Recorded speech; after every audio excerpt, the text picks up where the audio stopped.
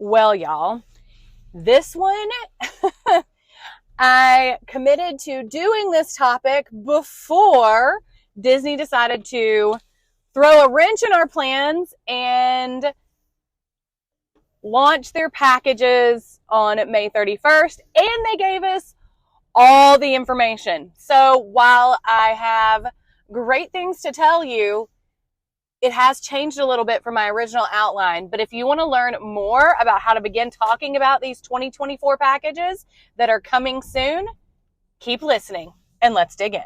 Welcome to the Social Takeoff Podcast, a podcast for travel professionals who are ready to use social media to help their business take off. I'm Kelli Hay-Smith, your host. I'm travel agent turned social media marketer who now works with multiple seven-figure travel agencies to help them infuse strategy and create a target social plan. I'll be sharing all of the tips and tricks of the trade, as well as content ideas and trends that you should be using to help grow your travel business. Let's get started.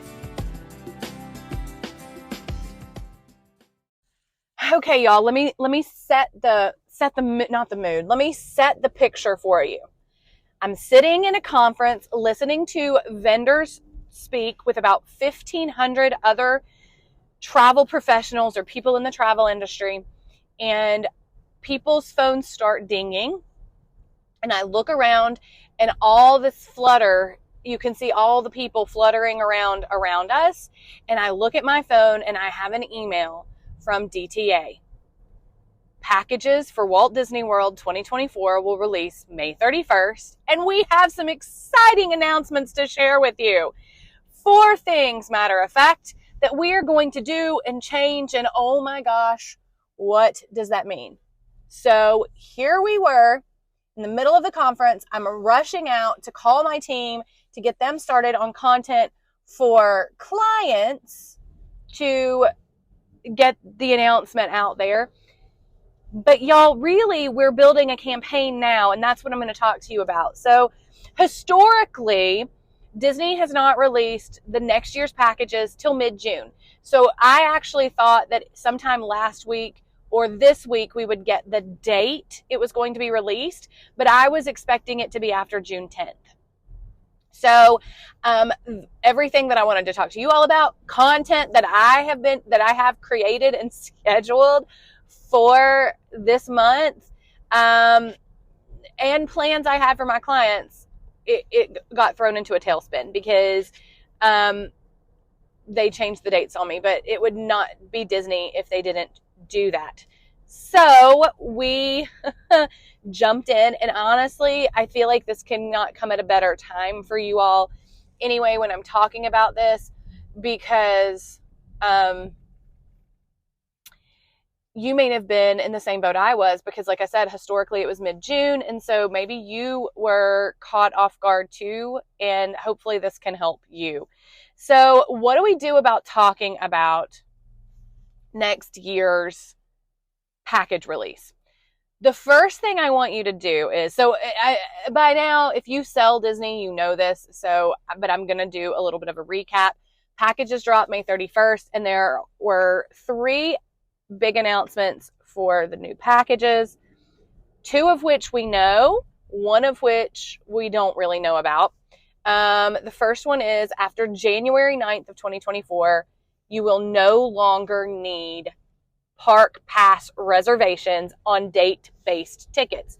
That means those tickets that are booked inside of a package, and so you're going to be there for 7 nights. You know those tickets are valid for those 7 nights. They no longer need a separate park pass reservation after January 9th going forward.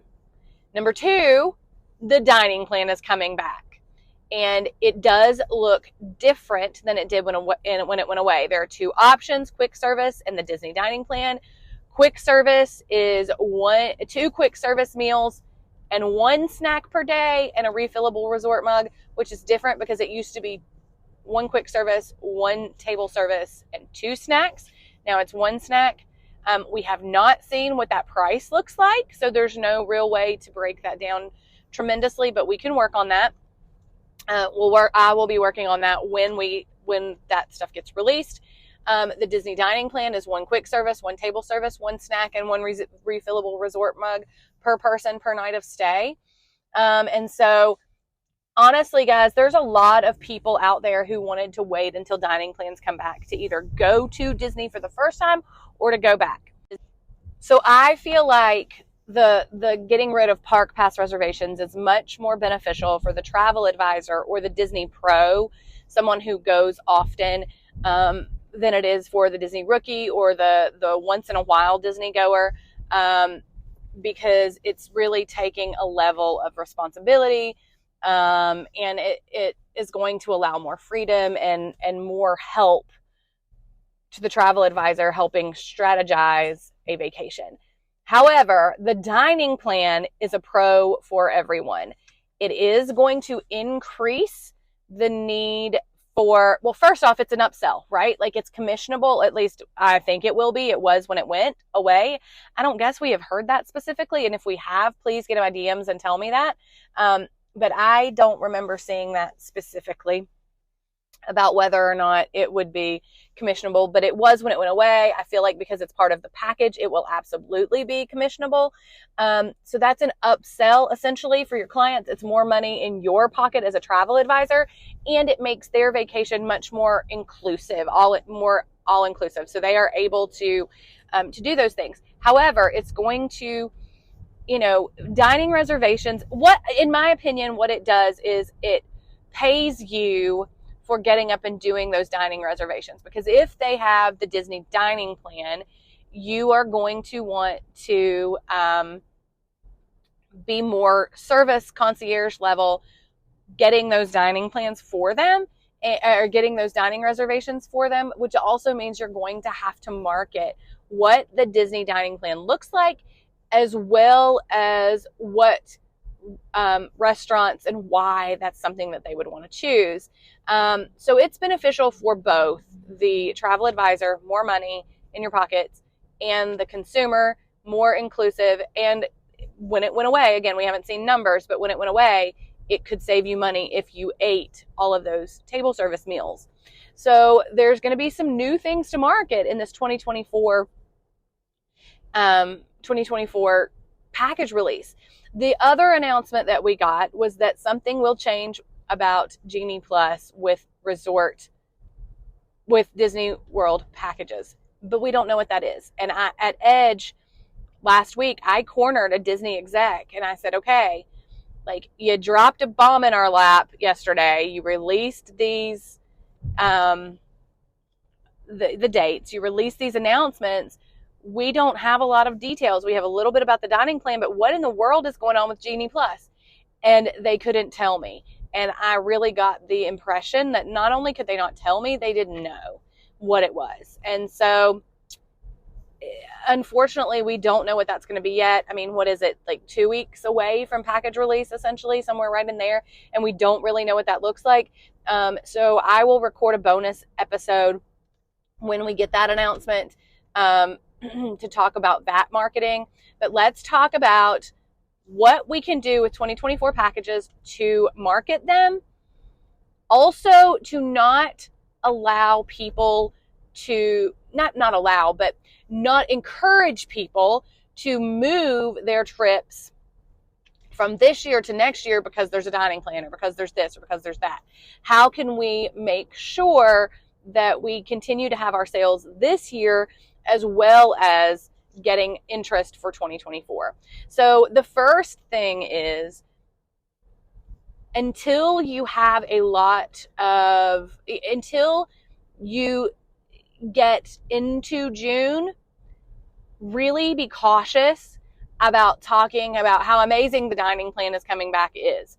Because if you do have bookings and clients that are following you that are traveling this summer or that are traveling in the fall and maybe even Christmas, but really summer and fall, you want to be cautious about encouraging them to change their plans. So for travel agency owners, the fiscal year for Disney runs September to September. And so you really want to be careful in anything before September 30th traveling, because if you're trying to get those totals in to be earmark status, or if you have a personal goal as an IC or a solopreneur agency, that you want to make sure that you're hitting numbers, you really want to be cautious, especially for anything before September 30th. And I had a conversation with this about the Universal, with the Universal Director of Sales, about Epic Universe on this exact thing, that you have to, there's a fine line of marketing the new, but also encouraging what's currently available so that you don't lose sales on this year, because these numbers are important too. And so while I think that we do have to say, this is coming back, this is what's happening for 2024, I would focus my marketing more on visiting Walt Disney World in 2024. And then when you get that interest list, so let's say the first thing that I would do on marketing for 2024 is make sure that you have an email list set up, both a wait list, so prior to launch. So are you collecting emails for people to put their email down and collecting those things prior to May 31st, prior to the package launch day, that you are going to be able to communicate with them, number one. And number two, I would have emails set up in that email list that 2024 interest. So pre-package launch, but also afterwards, you could have a couple emails, 2 to 3 emails going out automatically in that funnel that explains to them what a Walt Disney World package includes. And until we have the genie, the pieces that I would talk about are the resorts, I would talk about ticket options, and I would talk about the dining plan. Those are the 3 things that I would speak to very first up front. But then once you have that list, you need to be communicating with those people on a regular basis. And I would do that in the way of a Facebook group. So an email list for 2024 interest and a Facebook group for 2024 interest are some really great ways. If you don't want to do a Facebook group, I talked about this the other day in a close friends live. I talked about close friends, using close friends in my subscribers. I did a live for subscribers and I talked about this.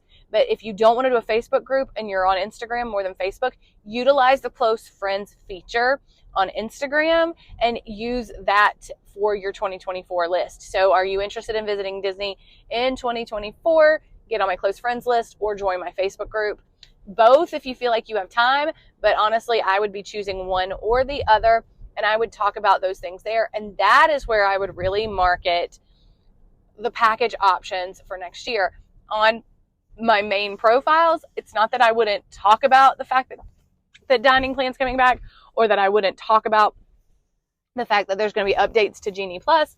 But it would be more in a matter of fact way and how I will be helping you through that, rather than, oh my gosh, it's going to be amazing, you should totally go then, because you don't want to entice people to make a change out of their entire vacation away from that.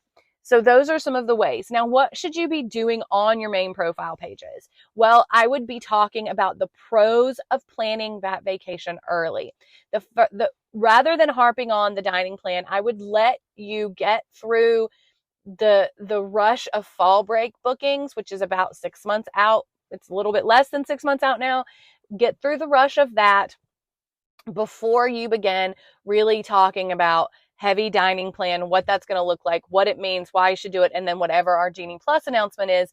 But I would be let your bookings for the fall break subside and then begin that content. But 2024, you cannot go without speaking about it. So instead of focusing on all the pros of visiting next year, talk about the pros of booking early, because you have really been working with these clients that are getting ready to travel in the summer, getting ready to travel in the fall, getting their trip just right. And you can speak to exactly how you have done that in your content. So 3 reasons why you should plan your trip early, right? That's an option. What are the overall things that haven't changed a lot from 2024 to 2023 that you can speak to, so that you're not creating such a buzz about 2024 and all the new things that it makes the people who are already booked want to push their trip out, but you are creating a buzz for the people who know they want to visit in 2024.